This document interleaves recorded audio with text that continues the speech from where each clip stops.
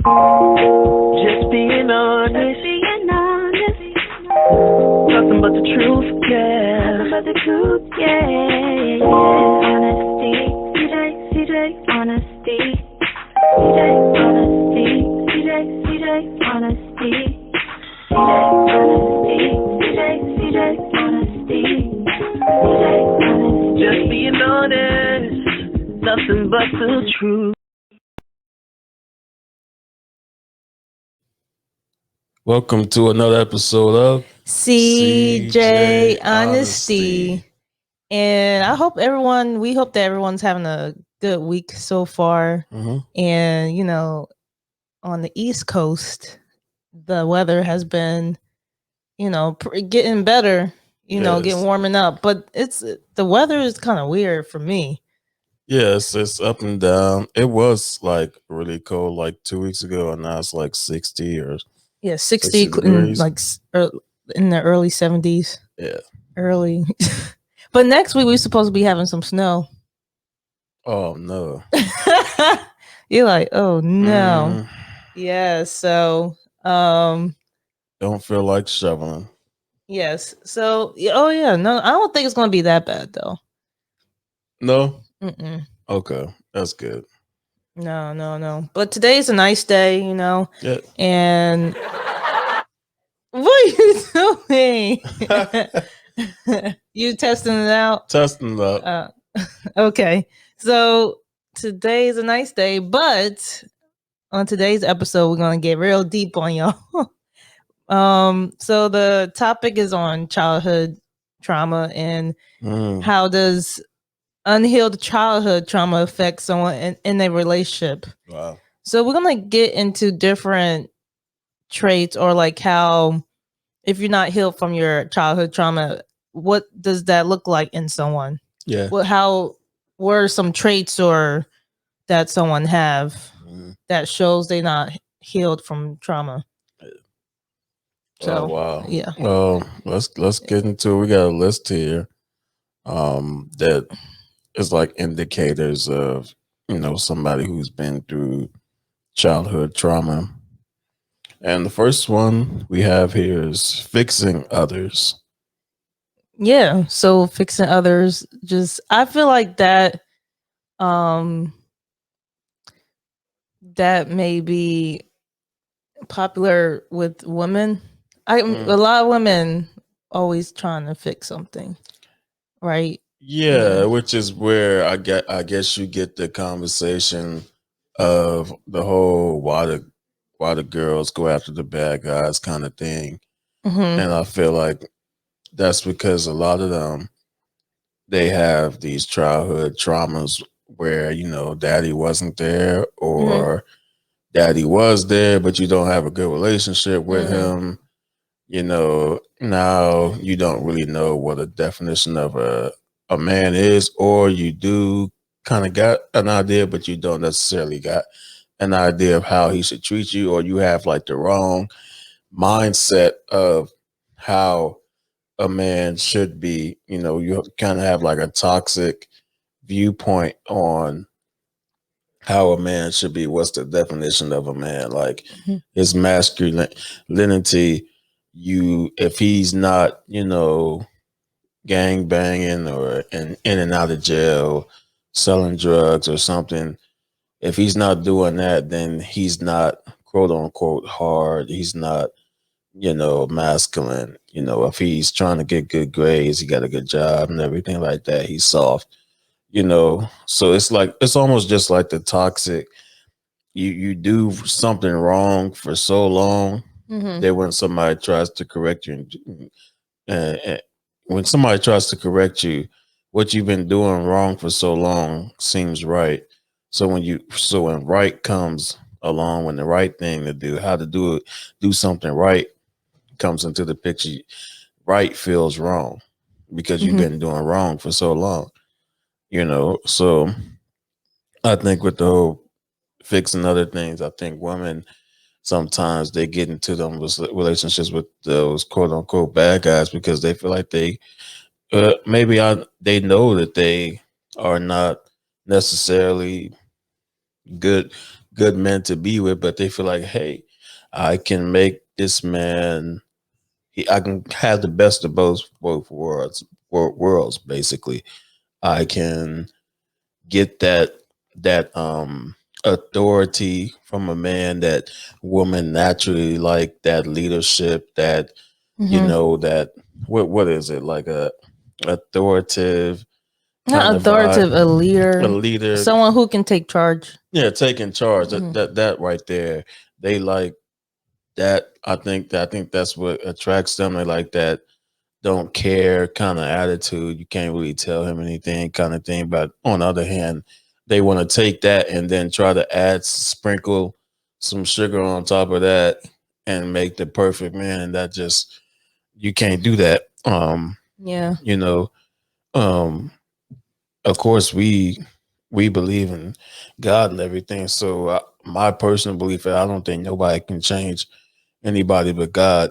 And then on the other hand, I don't think anybody can change unless they want to be changed. That Especially, that part right there. yeah, Mm-hmm. if you're dating somebody, um, if you're dating somebody that needs to change, then, or if you're looking to date somebody and you know they need to change, I would say don't date that person unless they can acknowledge that they need to change, and they can acknowledge that um they are going to take the pathway to change. Now, if Mm-hmm. they tell you something like, especially ladies, men too, if you hear this, if you hear somebody say, this is who I am, this is what I do, and it's never going to change, do not stick around. Do not stay and think that they're going to, oh, they don't mean that. They'll change one day. No, they're not going to change. They're going to stay the same. You know, Yeah. you can't fix nobody if they don't want to be fixed themselves. They have to take some kind of initiative in fixing their own selves. Yeah, I agree with what you said about people, about someone wanting to change, Mm-hmm. because you can do everything in the world to help them change, Mm-hmm. but if they have to make a choice in wanting to change, and I Yeah. feel like I believe that women naturally want to, like, we're the helpmate, so we Mm-hmm. want to help someone Mm-hmm. change. Mm-hmm. But if that person's not open to changing, then what can you do? Right. And um I'm trying to figure out how to connect fixing others with childhood trauma.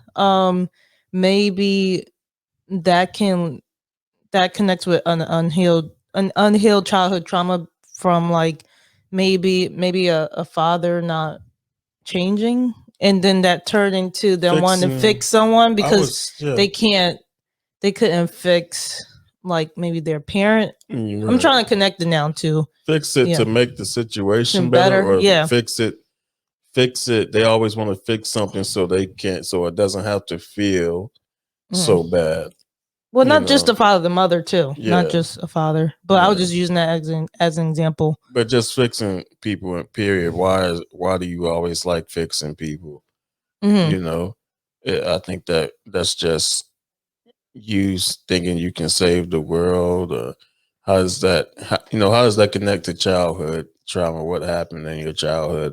But we are gonna get somebody else on the podcast one day and talk about this subject again, probably next season. Yeah, with Probably, some more expertise on it, yeah, and somebody like, who's really professional. But we just wanted to give our input on it and try to mhm. touch and see what touch and see, what we think about it and everything. And you guys, can join in on the conversation in the comments on YouTube Or or Instagram. Instagram, Hmm. and let us know what you think about it. But I'm not really, to be honest, I'm not even about to sit here and act like I know um how fixing others Connected to connects unhealed to trauma. unhealed childhood Yeah.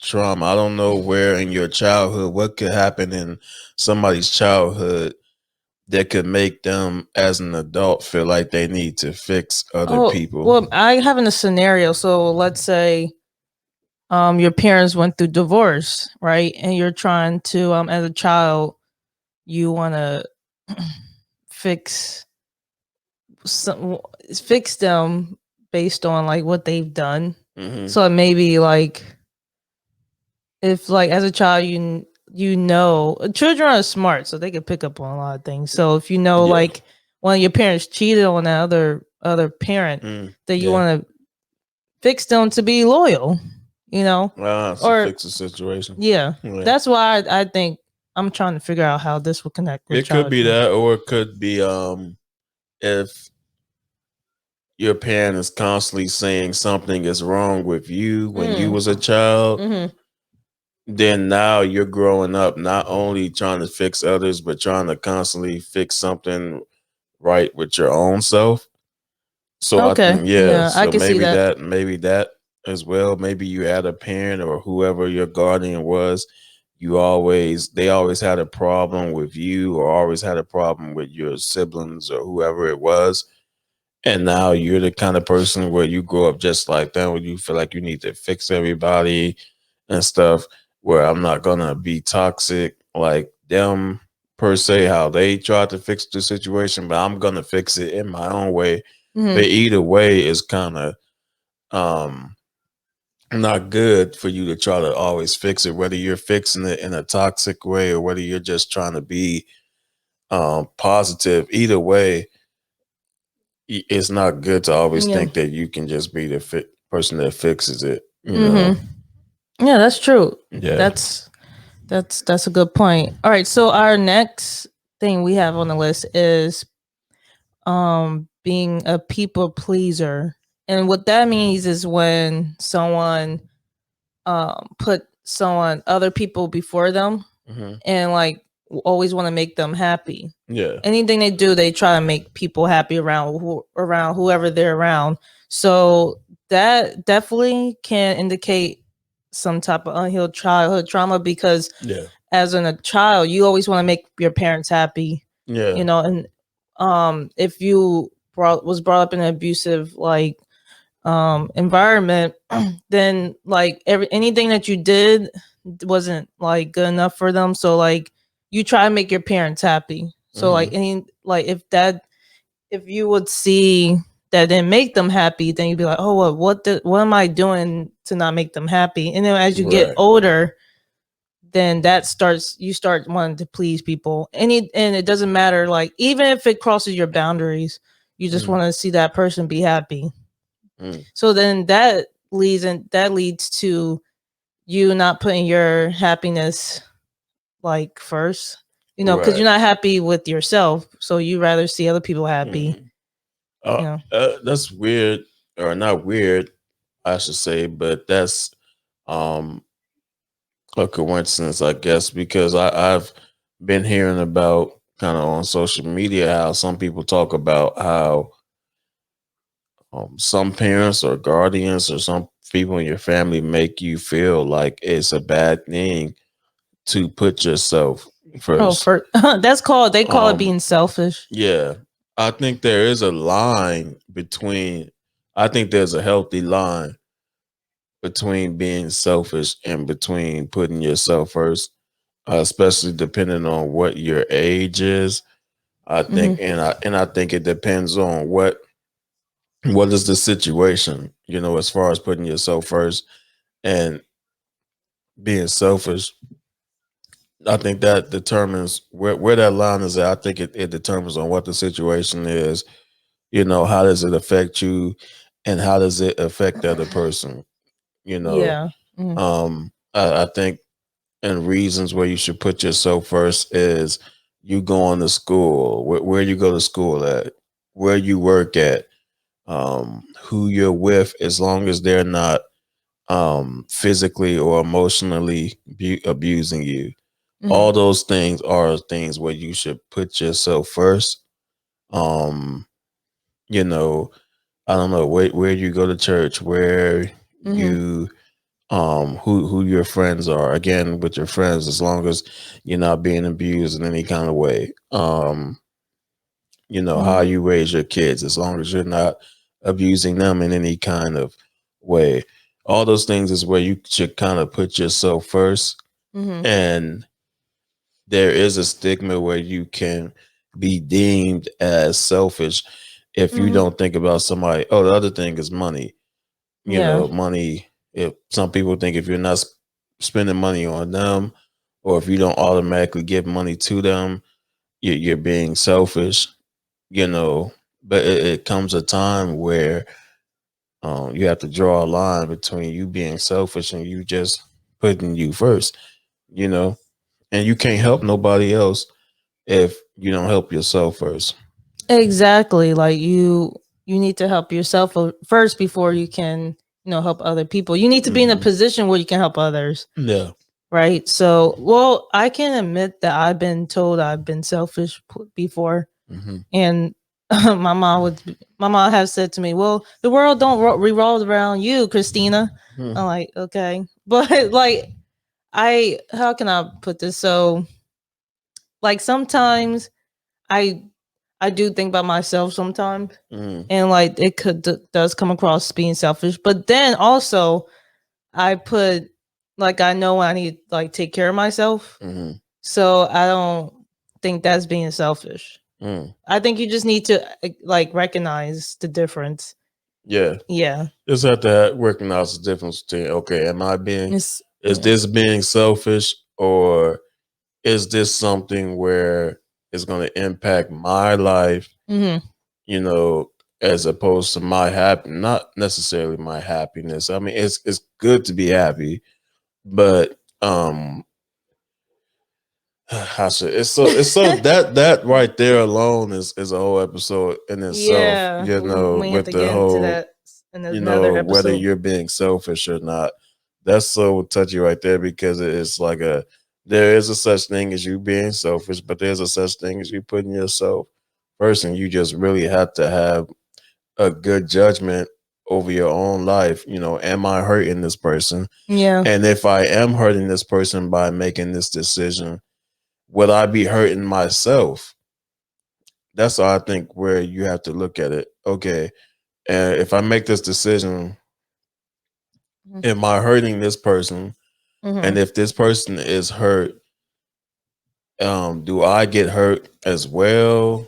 If I don't make this decision, like, you have to really, um sometimes you have to put yourself first, and sometimes you can't. You have to um Mm-hmm. make another decision. So that's really hard. That's a whole another episode to me, all in its own. It is. But the next thing, as far as like childhood trauma that we have on the list, was codependency, which means someone who cannot function on their own, and whose thinking and behavior is instead organized around another person, process, or substance.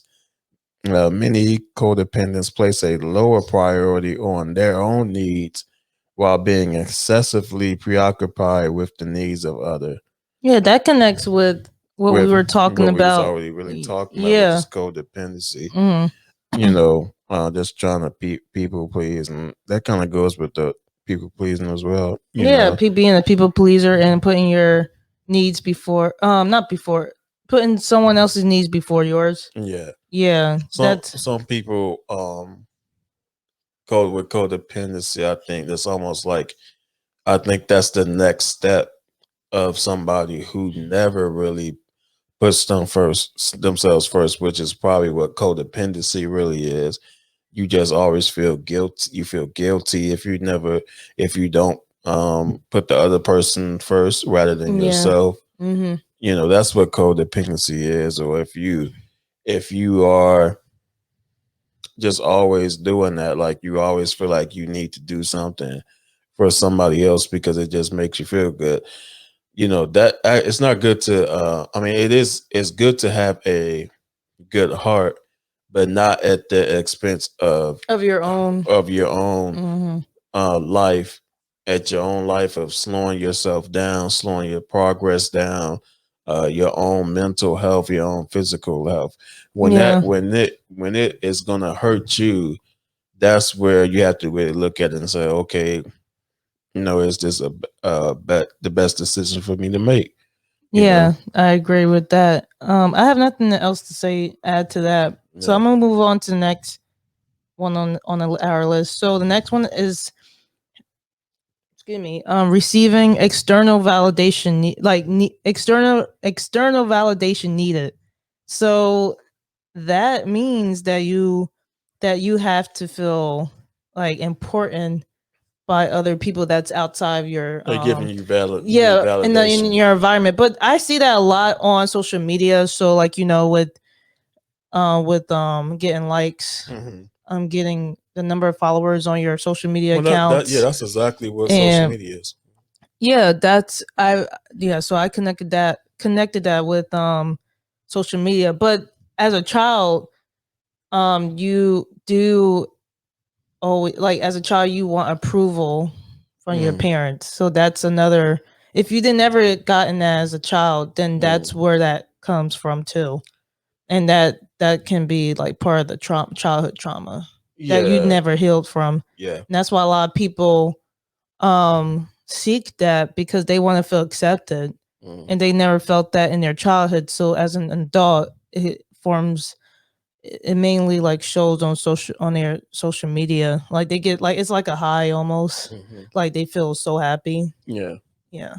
So yeah, I think that as far as external validation connecting to childhood trauma, that's definitely if your parents, didn't give you any praises. Positive reinforcement. That's what that's you called. Doing something, like, especially if they told you to do something, a chore, or they told you to do, I don't know, anything, and you did it well, but they didn't say, "Oh, you did a good job on that." Or they even said, "Thank you for doing that for me. I appreciate that." That's all validation right there. Or you look nice today, anything like that. Yeah, that's all positive communication too. Yeah. And showing that, that you make, like, showing that, you want to make that person feel good about themselves. That leads also to self-confidence. Yeah. That a lot of people lack in. Yeah. And that actually connects to seeking validation online. Yeah, because they have low self-esteem.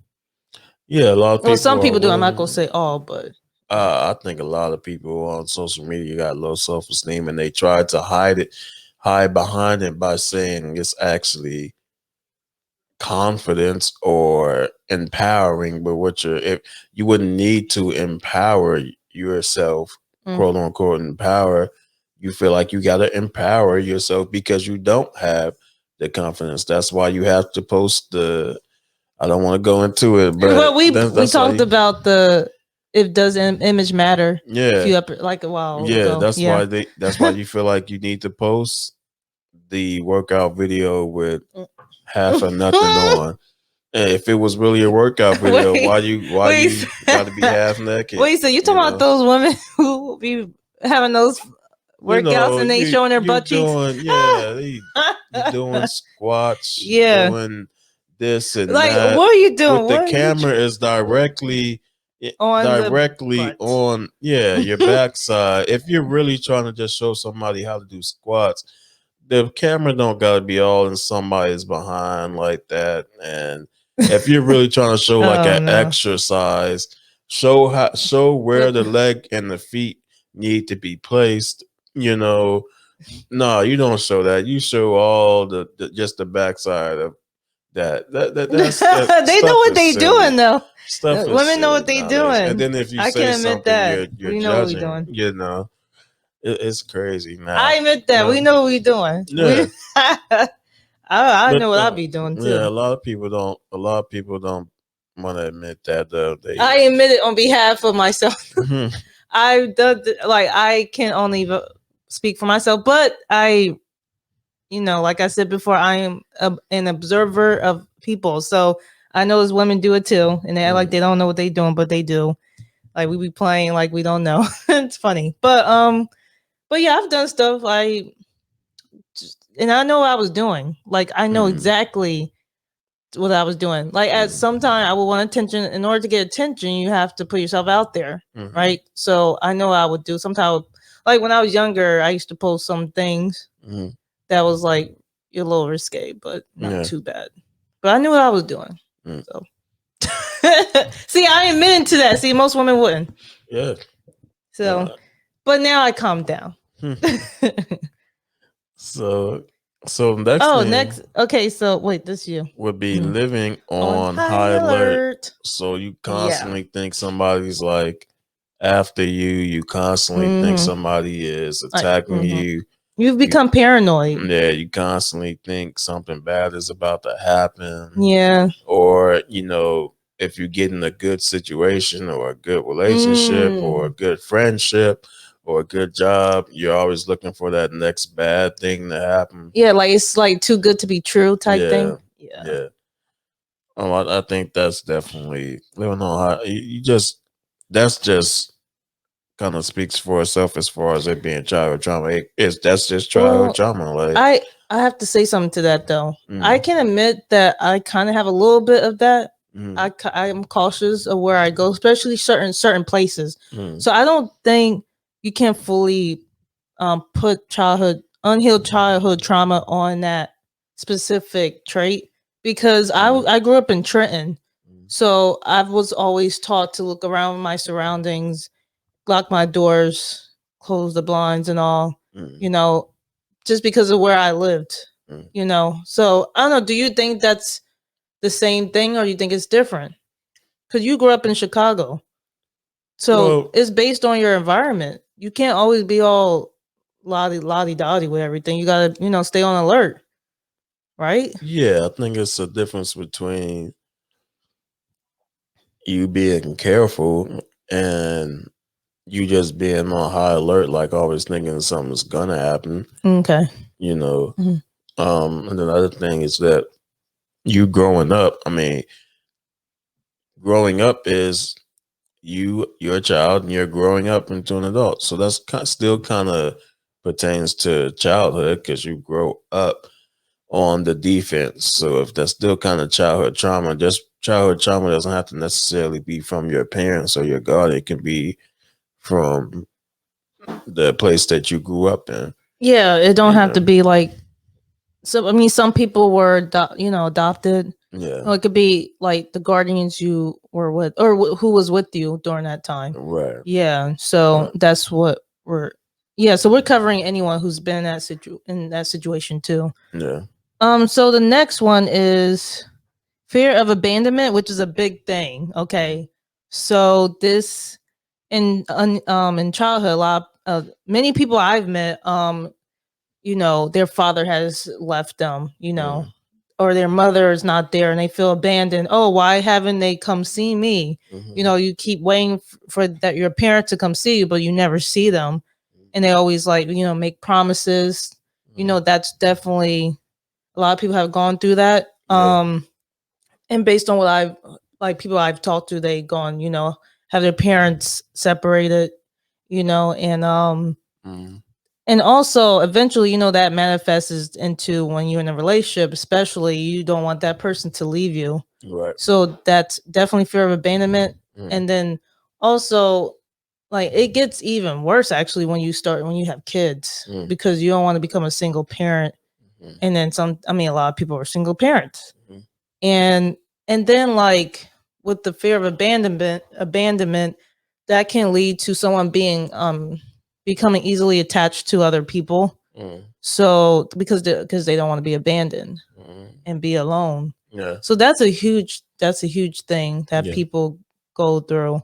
And thank goodness I've never been through that, but I feel bad for those who have with one of their parents leaving or leave with someone else or living a whole different second life, Right.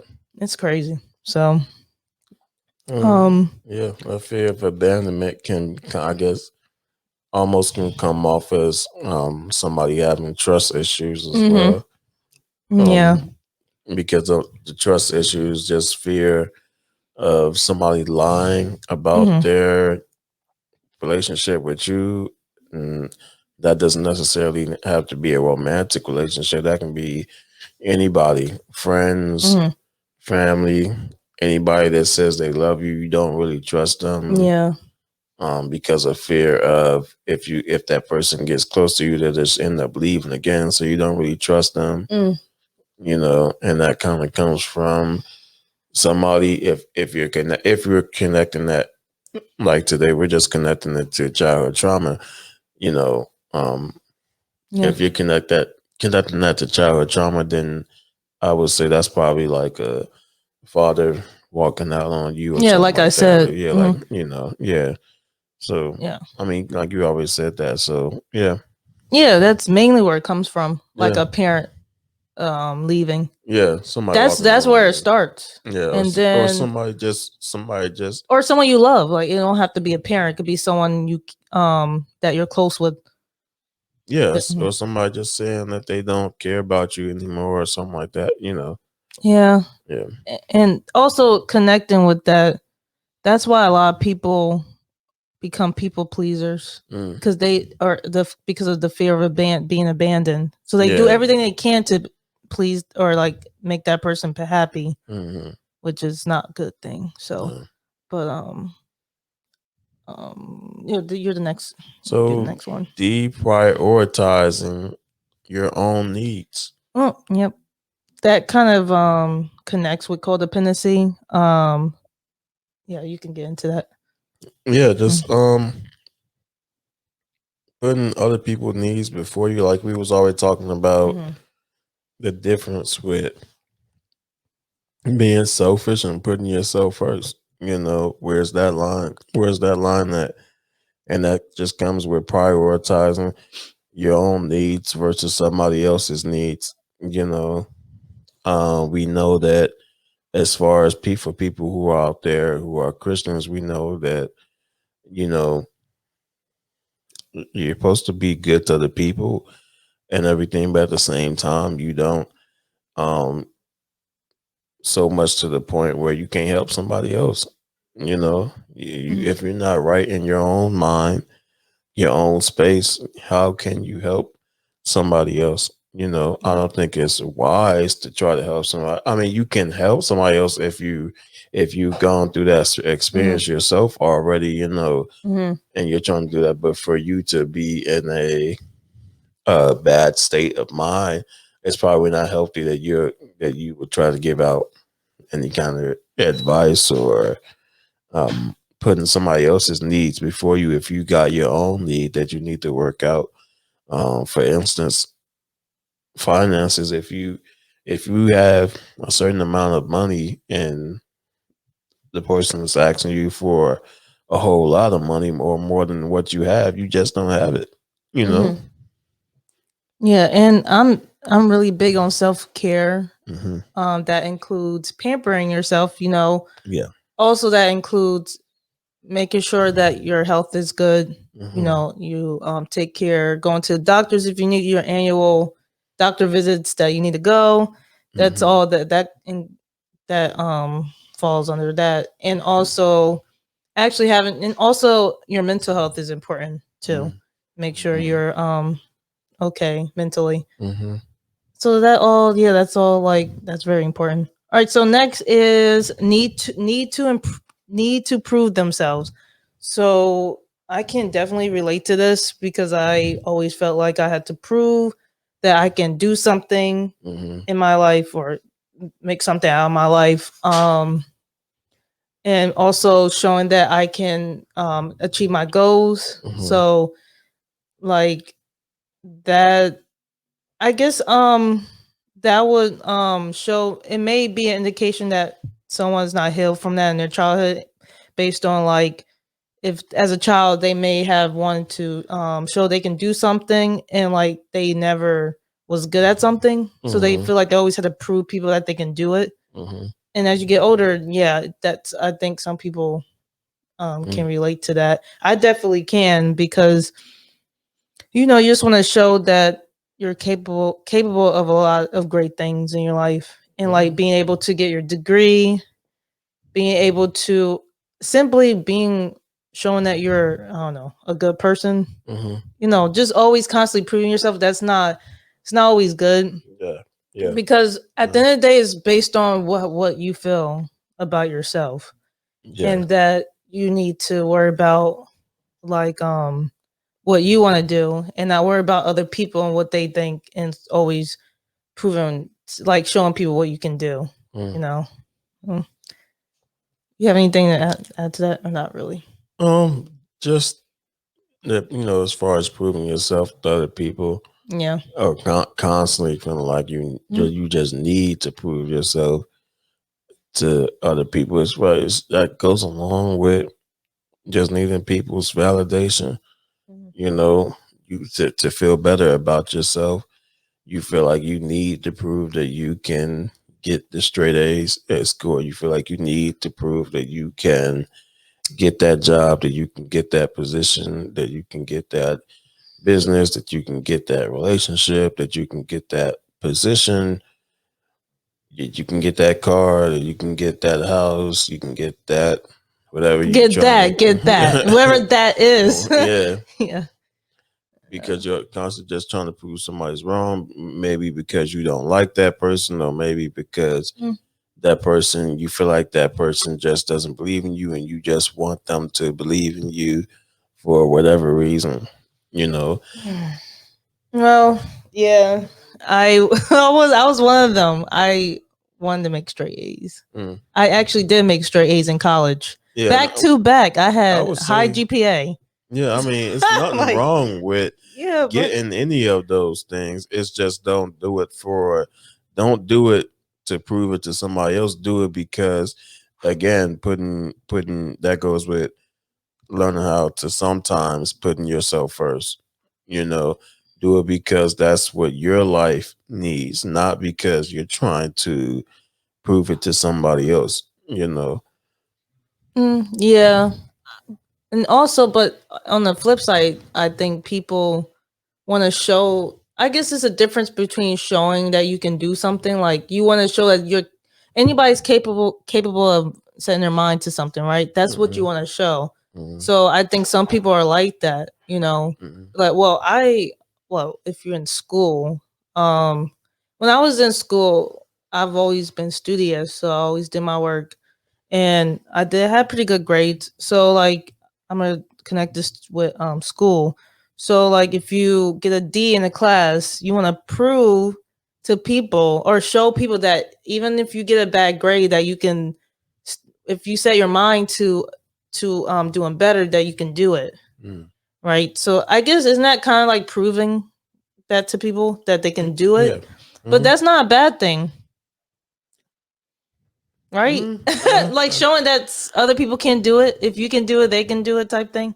I guess, but it's just you just gotta be careful of not getting in the cycle of always trying to prove it. Unless you're in a sport or something like that, you're But in some kind of competitive. yeah, but that's bad too. I think, especially with sports. Sports is like the main. I mean, in America, we're big on sports, Yeah, and a lot of people yeah, hard on themselves. Like they want to prove that they can. They don't have to sit like they're not the bench person. Sitting on the bench all the time. They want to prove that hmm they can. You at know, least be a starter or whatever. yeah, Yeah, whatever. Like yeah, with football or something. yeah, Like that's big. Like sports are really, but that's a good point. That's a yeah, good example. mm, So well, we all gotta work on that. I think. yeah, I think to a certain degree, I think everyone tries to prove something mm, in their lives. yeah, Show what I'm gonna mm, show them this. I'm gonna show that I can have this business and support my family. mhm, yeah. Yeah, people. I think you just got to be careful with not not getting in the cycle. It's probably a healthy way of proving something, but Hmm. I think it's easy also to get in the cycle of trying to prove something to somebody. Hmm.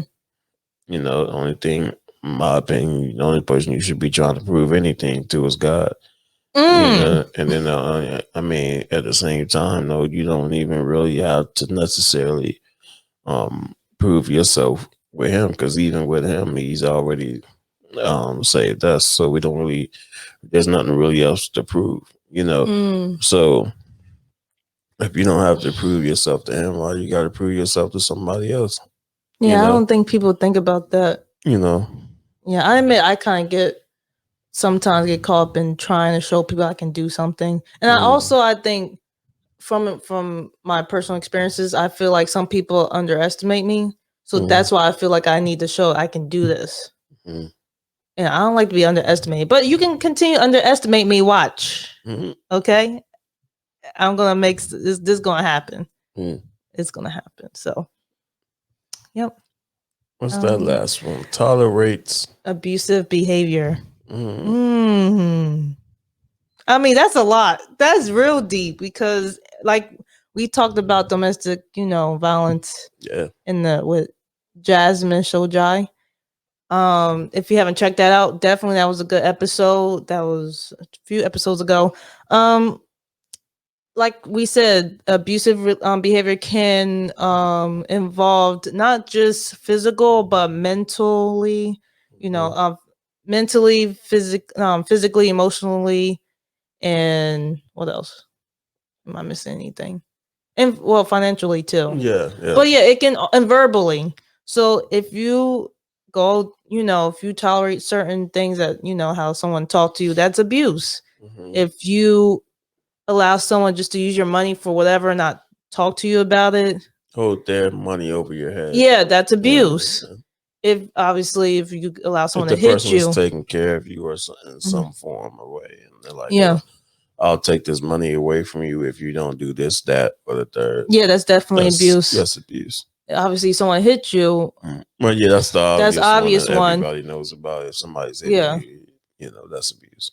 Yeah, so if you have gone through that, that is an indication that was abuse. Okay, and I think a lot of people have gone through abuse in some form or fashion in their lives as a child, and but as far as tolerate, some people tolerate, some people let things slide. First of all, I'm not the one. For me, I am not the one to tolerate that from anyone. Okay, but I notice that some people do tolerate like some behavior, because some people say what they do or like how someone treat them. I'd be like, they get my head. That can't be me. That can't be me. I'm sorry. They will be cut off right away. Bye. So everybody doesn't have that what strength? Strength or the goal to do that. Yeah. Or just everybody doesn't have that in them to just cut people off like that. Or everybody courage. Courage. Yeah. You can call it courage. Everybody doesn't really have it like that, especially I think tolerating abusive behavior though, that's probably just somebody that in their childhood, if we're connecting that to childhood trauma, it's probably just somebody who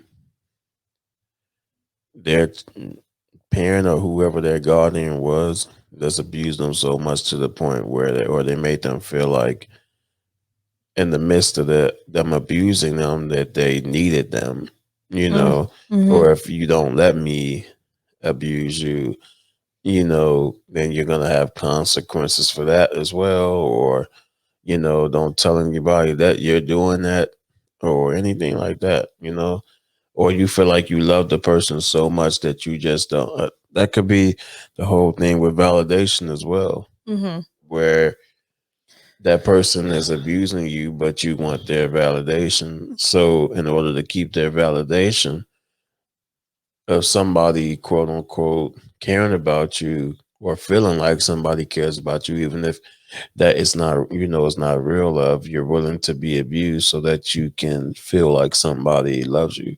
That's, that's another reason why somebody might tolerate like abusive behavior and everything.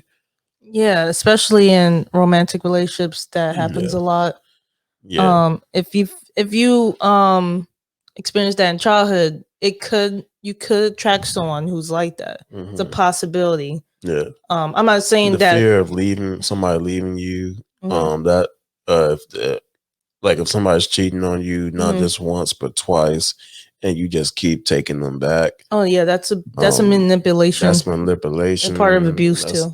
That's mental. That's really mental abuse, psychological abuse. And that person is taking that because they don't want to be alone. The fear of that fear of being abandoned. They don't want to be. They want to be left alone. They don't want to be. They fear that feeling of being by themselves. Yeah. They don't want to lose that. They know that abuse is wrong, but they don't want the validation to go to go. anywhere.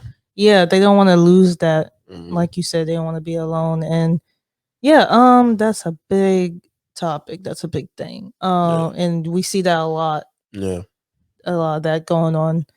But that's it. That's what was all that was on our list. But to end it, what do you think? How do you think someone should heal from childhood trauma? Then, because you've mentored people, so what will you say to someone that told like you recognize these traits in someone? What will you tell them? How can someone heal from this? I think with childhood trauma, Mm-hmm.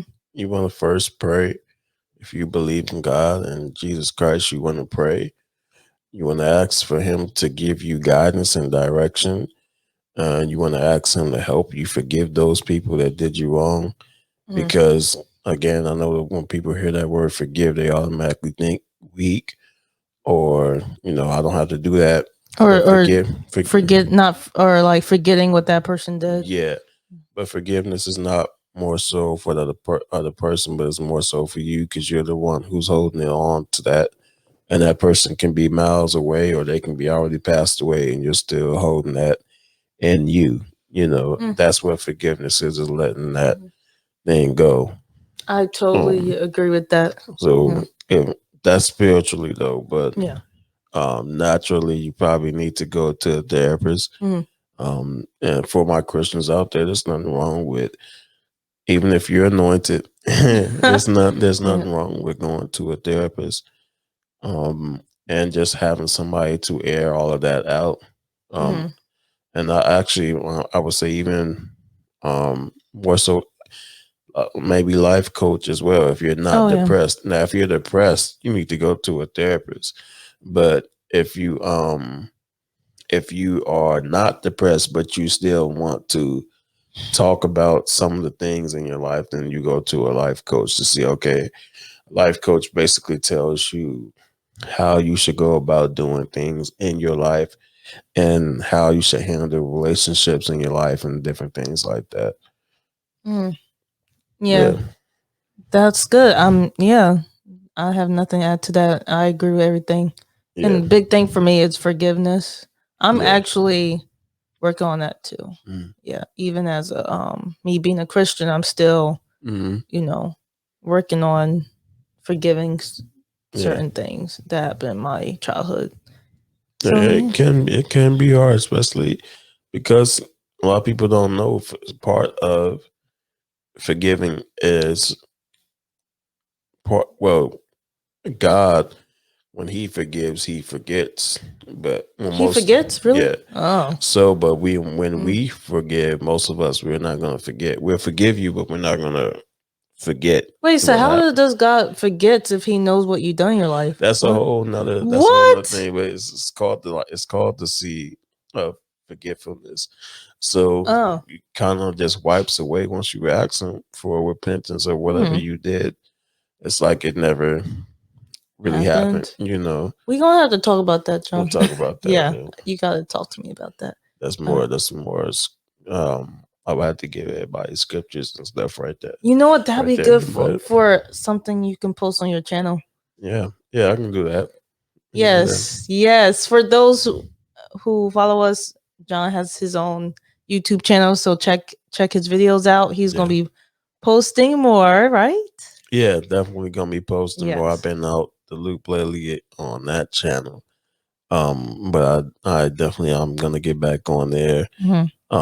I have been studying some things that I am gonna just start releasing more. I just been a lot been going on. A lot been going on at one time, so I haven't been able to really sit down with those notes and actually make videos. I do see other people, YouTuber, ministry people that make videos like constantly every day, but I just don't. I literally have not been having the time to do it, nor my own space to do that. So, well, take your time, John. Take your time. Yeah, we got. I think that's good. I'm proud of you with you having your own channel and you just sharing God's word, and then just encouraging other people. Definitely. You never know who you're touching. Yeah, definitely. Who you're inspiring. So definitely. And if you want to share your opinions on this topic, you can follow us on Instagram at cj.honesty. You can also follow us on YouTube, which is CJ Honesty Podcast, and you can listen to us anywhere you listen to a podcast. So yeah. And I want to make another announcement. Go ahead. So I don't think, are we having an episode next week? I don't think we're doing an episode next week. No. We are? No, because we have the live. We're still doing another episode? I believe we are. Oh, okay, never mind. Somebody come on? Oh, no, that's the 27th. That's the 27th. Oh, yeah. So next week. Okay, yeah, we won't. So are we having another episode? Because I want to make sure that if we are. Yeah, so no, not next week then. Yeah, but we are going live on Facebook. So we will be posting that on Instagram, make an announcement, but you have to join the group if you want to see our, live. We're going live on Facebook. Yeah, it'll be live on Facebook. I think I'm able to actually go live on YouTube as well. Oh, really? At the same time. Oh, okay. So if you can do that. Yeah. If you can figure that out, then we can put it on YouTube. So guys, it will be saved, right? Yeah. So we'll save that and you can check that out. Yeah. And that should be exciting. That'll be good. That'll be good. So catch us on there. Catch us on there. And hope you guys enjoyed this episode. This is that helped somebody today. And if you need help, don't be scared there's nothing too hard, no sin too great for God for you to pray to him about, and don't feel ashamed to get therapy and counseling and talk to somebody. Yes. And this has been another episode of CJ Honesty. Peace.